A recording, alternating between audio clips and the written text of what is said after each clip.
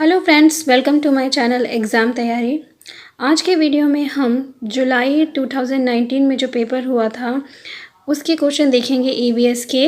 ठीक है, तो आपके में से बहुत से बच्चे पूछते हैं मैम ये पेपर 1 है पेपर 2, तो मैं आपको बता दूं ईवीएस पेपर 1 में ही आता है, पेपर 2 में नहीं आता है। ठीक है, तो यहाँ पे हम ईवीएस पेडागोजी के क्वेश्चन जो है वो देखेंगे और सारी आंसर जो है वो ऑफिशियल आंसर की से मैं आपको बताऊंगी। देखते हैं पहला क्वेश्चन, पर्यावरण अध्ययन के पाठ्यक्रम में उप विषयों के स्थान पर थीम को प्रस्तावित किया है क्यों? यानी टॉपिक्स नहीं रखे गए बल्कि उनकी जगह थीम रखी गई है, ऐसा क्यों किया गया है? ऑप्शन पहला है बच्चों के परिवेशीय बोध में वृद्धि करने के लिए, दूसरा है बच्चों के स्थानीय परिवेश के मुद्दों से जुड़े हुए और अंतः संबंधित समझ के विकास के लिए, तीसरा है उप विषयों की तुलना में थीम आधारित पर्यावरण अध्ययन का संपादन आसान है, फोर्थ है पर्यावरण अध्ययन में पाठों को कम करने के लिए। तो यहाँ पे आपको बताना है कि ऐसा क्यों किया गया कि उन्हें थीम दी गई है। यहाँ पे जो सबसे सही आंसर है वो है हमारा बच्चों के स्थानीय परिवेश के मुद्दों से जुड़े हुए और अंतः संबंधित समझ के विकास के लिए। ठीक है, ताकि जैसे कि पहला जो थीम है परिवार वाला, उसमें और भी चीज़ें दी गई है, जानवर दिए, कार्य, तो वो सब के उनमें आपस में क्या संबंध है उसको बच्चे जो है वो आसानी से समझ सकें। नेक्स्ट क्वेश्चन है, निम्नलिखित में से कौन सा वर्तमान पर्यावरण अध्ययन पाठ्यक्रम के 6 मुख्य थीमों में से एक नहीं है? तो 6 मुख्य थीम है ये आपको पता है। ठीक है, अब इसमें से आपको बताना कौन सी जो है इनमें से एक थीम नहीं है। थीम की बात की गई है, देखिए उप विषय की बात नहीं की गई है। तो पहला है आवास, दूसरा है हम चीज़ें कैसे बनाते हैं, तीसरा है काम और खेल, चौथा है भोजन। तो यहाँ पे हमारा सही आंसर है वो है थर्ड, काम और खेल। काम और खेल जो है उसे जो है हमारी जो थीम है परिवार और मित्र उसके अंदर रखा गया है। ठीक है, तो ये थीम नहीं है। नेक्स्ट क्वेश्चन देखते हैं, निम्नलिखित में से कक्षा 1 और 2 के लिए पर्यावरण अध्ययन विषय के संदर्भ में सच है।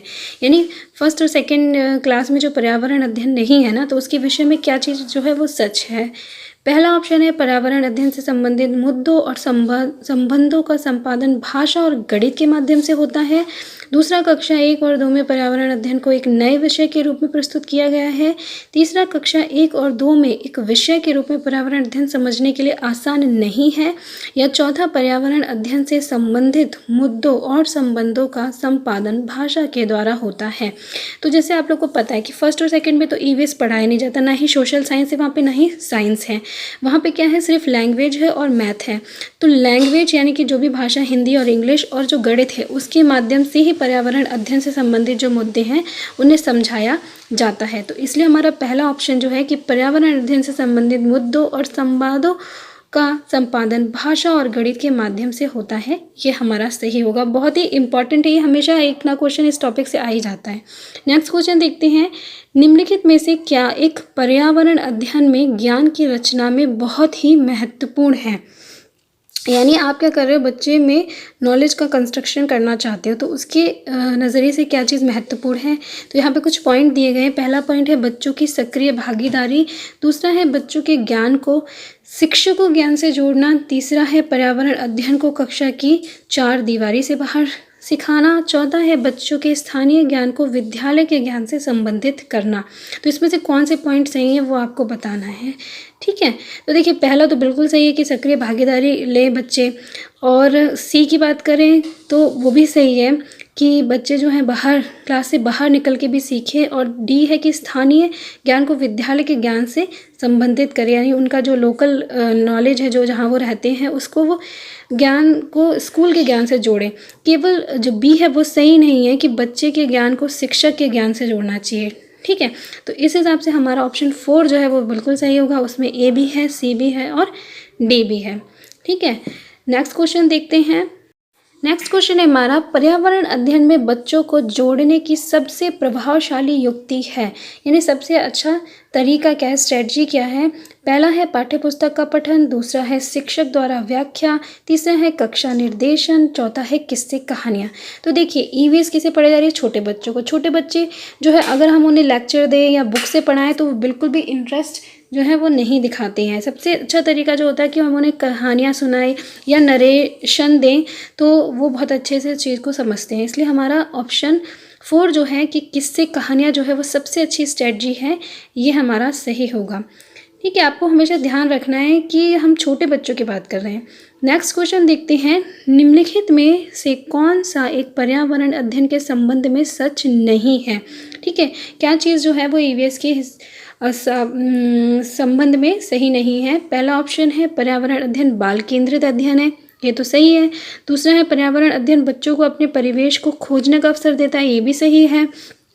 तीसरा है पर्यावरण अध्ययन वर्णों और परिभाषाओं पर बल देता है। चौथा है पर्यावरण अध्ययन की प्रकृति एकीकृत है, यानी इंटीग्रेटेड है।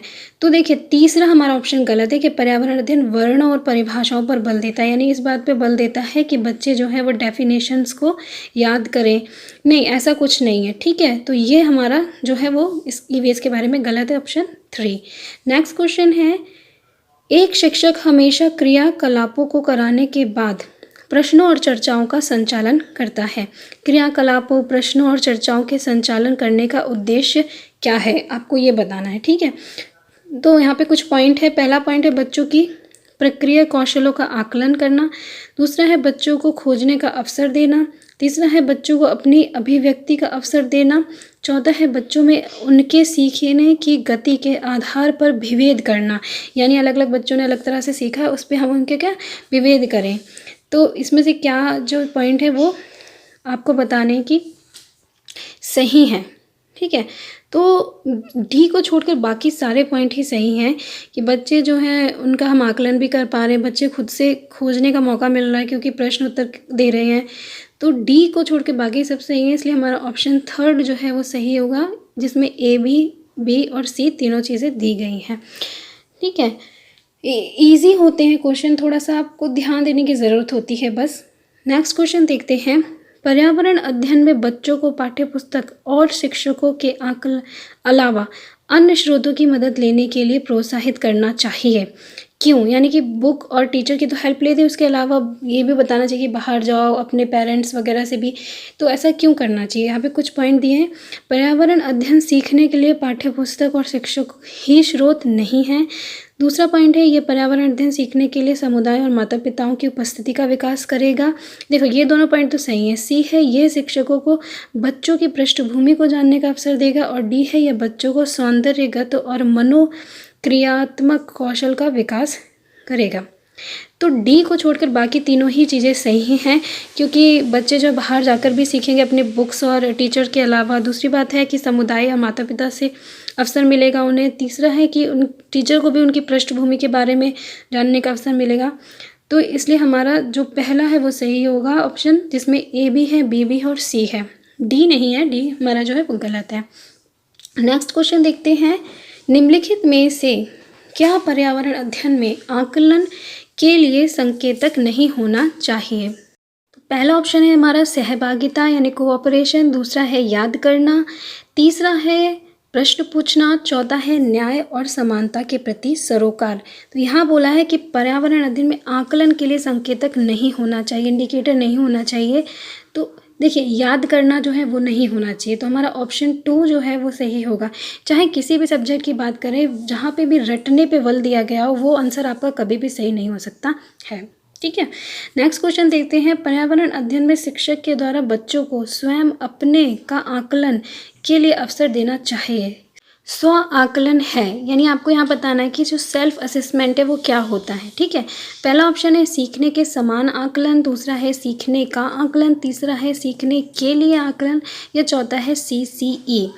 तो बहुत इजी है, मैंने इस पे आपको लेक्चर भी दिया है आकलन के बारे में, तो बताया भी है कि जब बच्चा खुद आकलन करता है तो वो होता है असेसमेंट एज लर्निंग, यानी सीखने के समान आकलन। तो पहला ऑप्शन सही होगा। मैं इसका वीडियो लिंक में डाल दूँगी, आप देख सकते हैं वहाँ से। नेक्स्ट क्वेश्चन देखते हैं, एक शिक्षक खाना किस प्रकार से खराब होता है पर एक प्रयोग करता है। शिक्षक बच्चों के समूह बनाकर उनको प्रयोग से संबंधित सामग्री देता है। शिक्षक बच्चों के समूह को क्यों बनाते हैं, यानी यहाँ पे मेनली बताना है कि समूह बनाने का रीज़न क्या है उसका। तो यहाँ कुछ पॉइंट है। पहला है यह सहपाठी अधिगम का समर्थन करता है। दूसरा है ये बच्चों की सामाजिक अंतःक्रिया में सुधार करता है। तीसरा पॉइंट है समूह अधिगम बिना बूझ के पर्यावरण अध्ययन के अधिगम का प्रभावशाली तरीका है। चौथा पॉइंट है कक्षा में अनुशासन को बनाए रखने के लिए समूह में अधिगम एक महत्वपूर्ण युक्ति है। तो यहाँ पे बताना है क्या चीज़ जो है वो सही है। तो देखिए यहाँ पे हमारा सही आंसर होगा फोर्थ, केवल ए और बी, कि बच्चे जो है जब ग्रुप में काम करते हैं तो एक तो सहपाठी अधिगम होता है, दूसरा कि अंतःक्रिया में सुधार होता है, आपस के जो टर्म्स होते हैं उनके वो अच्छे होते हैं, एक साथ काम करना वो सीखते हैं। ठीक है, तो ये 2 पॉइंट सही है, इसलिए चौथा ऑप्शन सही है। नेक्स्ट क्वेश्चन देखते हैं, निम्नलिखित में से कौन पर्यावरण अध्ययन का उद्देश्य नहीं है। ठीक है, कौन सा जो है इसमें से ऑब्जेक्टिव नहीं है पर्यावरण पढ़ाने का। पहला ऑप्शन है परिवेशीय मुद्दों पर जागरूकता का विकास करना, दूसरा है बच्चे को स्वयं अपने हाथ से कार्य करने और खोजने की क्रियाकलापों से जोड़ना, तीसरा है बच्चों को पाठ्यपुस्तक की परिभाषाएं प्रदान करने के लिए प्रोत्साहित करना, चौथा है बच्चों की जिज्ञासा और सृजनात्मकता का पोषण करना। तो देखिए क्या नहीं है उद्देश्य, वो हमारा उद्देश्य नहीं है कि बच्चे जो है पाठ्यपुस्तक की परिभाषा याद करें या उनसे हम कनेक्ट करें उन्हें। तो तीसरा हमारा सही होगा। कहीं पे भी यह आता है कि पाठ की परिभाषा को याद करने पे बल दिया जा रहा है, रटने पे बल दिया जा रहा है, याद करने पे बल दिया जा रहा है, ये सारे ऑप्शन कभी भी सही नहीं होते हैं। नेक्स्ट क्वेश्चन देखते हैं, पर्यावरण अध्ययन में चित्र पढ़ना एक महत्वपूर्ण क्रियाकलाप है। निम्नलिखित में से कौन सा संकेत बच्चों में आकलन चित्र पढ़ने के द्वारा हो सकता है। तो यहाँ पे कुछ चीज़ें दी हैं पॉइंट, अवलोकन और अभिलेखन, दूसरा है अभिव्यक्ति, तीसरा है विश्लेषण और चौथा है प्रयोग करना। ठीक है, तो यहाँ पे बोला है किससे बच्चे जो हैं वो आकलन कर सकते हैं, चित्रों के पढ़ने का उनका हम आकलन कर सकते हैं। तो देखिए अवलोकन तो सही है हमारा, अभिव्यक्ति भी सही है, विश्लेषण भी सही है, सिर्फ डी जो है वो सही नहीं है। तो हमारा सही आंसर इसका पहला होगा, क्योंकि प्रयोग करना नहीं होगा, बाकी सारी चीज़ों से हम उनका आकलन कर सकते हैं कि वो बच्चे जो हैं वो चित्र को समझ पा रहे हैं। ठीक है, नेक्स्ट क्वेश्चन देखते हैं, रेटिंग स्केल में कौन सी तकनीकी का उपयोग होता है। ये रेटिंग स्केल मैंने आपको बताया असेसमेंट के लिए की जाती है, तो उसमें कौन सी टेक्निक यूज़ की जाती है। पहला है अवलोकन, दूसरा है जांच सूची, तीसरा है अधिविन्यास और चौथा है लिखित प्रश्न। ठीक है, तो रेटिंग स्केल जो होता है वो क्या है, हम उसमें ऑब्जर्वेशन करते हैं बच्चों का, उनको अवलोकन करते हैं, उसके हिसाब से फिर रेटिंग स्केल पे उनको मार्क्स देते हैं। ठीक है, तो यहाँ पे हमारा ऑप्शन पहला जो है अवलोकन वो सही होगा। लास्ट क्वेश्चन देखते हैं, पर्यावरण अध्ययन में संकल्पनाओं और मुद्दों को विज्ञान और सामाजिक विज्ञान विषय के रूप में नहीं रखा गया है, क्यों। ठीक है, तो यानी अलग अलग विषय नहीं बताए गए हैं साइंस और सोशल साइंस, बल्कि क्या है ईवीएस को एक साथ पढ़ाया जा रहा है।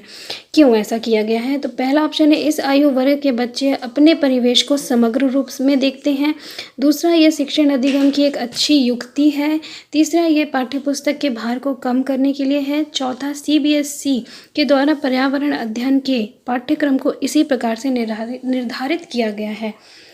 तो बहुत इजी सा क्वेश्चन है, इसका सही आंसर जो है वो हमारा पहला है कि इस आयु वर्ग के बच्चे अपने परिवेश को समग्र रूप से देखते हैं।